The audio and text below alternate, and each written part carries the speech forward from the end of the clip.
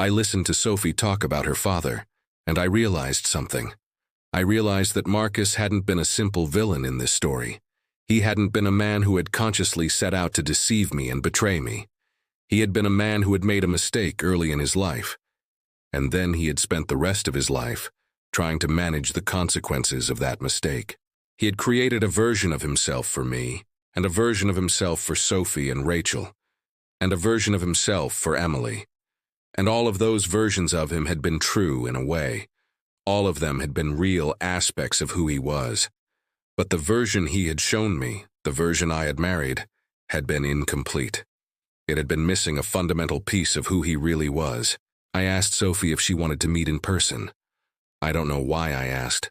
Maybe I was trying to find some piece of Marcus that I could understand. Maybe I was trying to know him retroactively through the people he had loved. Maybe I was just trying to survive the loss of him. She said yes. We met at a coffee shop on a Saturday morning, and when I saw her walk in, I felt Marcus's presence so strongly that I almost couldn't breathe. She had his eyes. She had his walk. She had the way he held his head when he was listening intently to someone speak. She was like a living piece of him that had been walking around in the world without my knowledge. We sat down and we talked for hours. Sophie told me about growing up knowing that her father was distant, but that he cared about her. She told me about the times he had come to her school plays and her soccer games, hiding in the back so that I wouldn't see him. She told me about the financial support he had given her, the college fund he had set aside for her, the letters he had written her that she kept in a box under her bed. She told me about her relationship with Emily, which had been complicated. Emily had been kind to her, but she was also the reason her father had been so unhappy. She told me that Emily had loved him, but that love had been destructive. It had pushed him to make choices that had hurt everyone involved. And then Sophie told me the thing that finally broke the hold that anger and betrayal had over my heart. After the accident, she said, after Dad died, Emily came to my house. She was destroyed.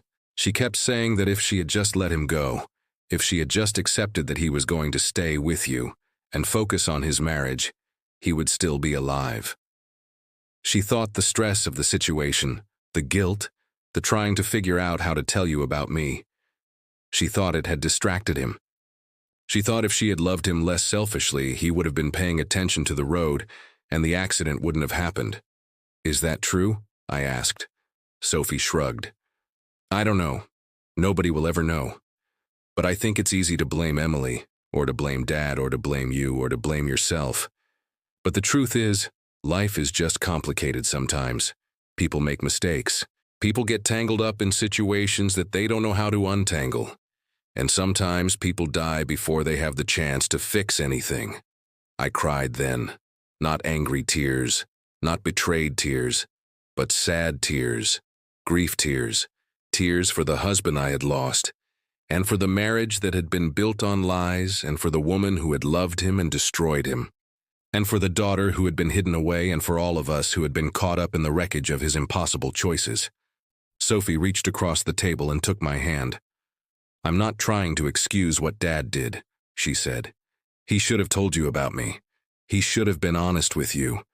But I think if you had known the whole version of him, the real version, maybe you could have helped him figure out a way to make all of this better.